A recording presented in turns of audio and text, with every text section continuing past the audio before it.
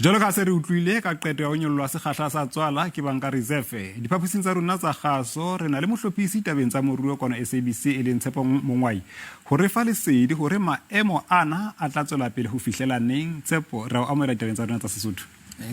Ya dumedishe. Ngwaneso ha o sheba maemo a ho nyollwa sekgahla sa tswala a tlo tswela pele ho fihlela neng.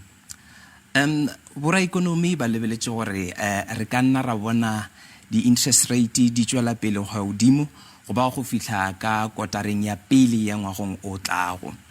e fela re lebeletse gore inflation le yona e ka tswela pele ya boela tlase kotareng ya boraro ya ngwago o tlago so se ra gore dilo di ka thoma go improve ga re lebeletse 2023 mo ile gore di external factors tse le gore di tswela pele go dira gore inflation e be godimo di ka ba di le fasenyana o gopola gore Reserve Bank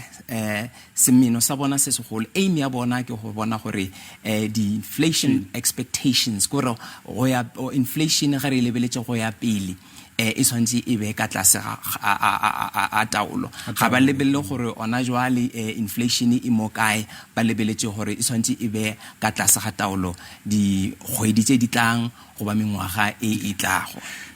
ke ditaba tse kgothatsang ha hore ha re sheba ho ya ka 2023 maemo a ka nna a fetoha empane phatlalatso ya ka jeno ya 75 basis point e bolela hore e beya prime rate ho man ho 9%. Jwale ha ke yana go kadima tšhelete bankeng ho sane na ho nna le wena se se bolela hore ke tla fumana kadimo ka o patadiswa 9% ye ya prime rate kapa tsamaiso e reng mo re gopole gore prime lending rate ke guide ke benchmark ye le goreng di banka di a ishumisha ga ba adimisha tšhelete e ka ba se sengwe se le gore ba se lebella ke go bona gore e ka ba motho a consumer o conducta dikoloto tsa gagwe jwang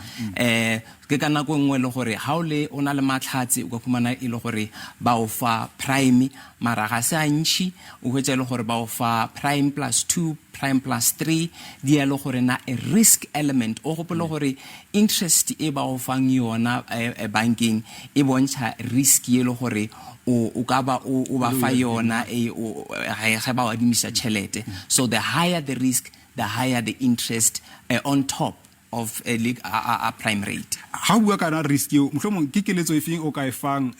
babuhi hae hore maemong ana a buima ha kana ba ka etsa jwang hore ba qobe ho utlwa khatello ho feta mo o gopola gore economy ina le di cycle ona le nako ntshi di personal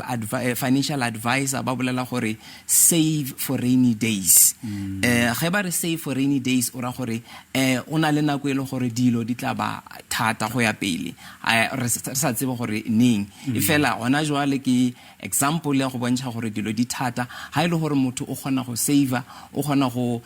feta mo cycling a bonolo e fela gona le tse dingwe tse le gore motho a ka di dira go bona gore motlhomongwe ba le ka go buledisana le bao ba kolota bitso la nako Tshepo ngwaneso re le boela nako ga holo o re file yona ka go hlalosetsa ka taba tsena tsa go nyoloha sekgahla sa tswala mohi eo ha ke Tshepo Mongoai e le mohlophisi ditabeng tsa moruo kwano SABC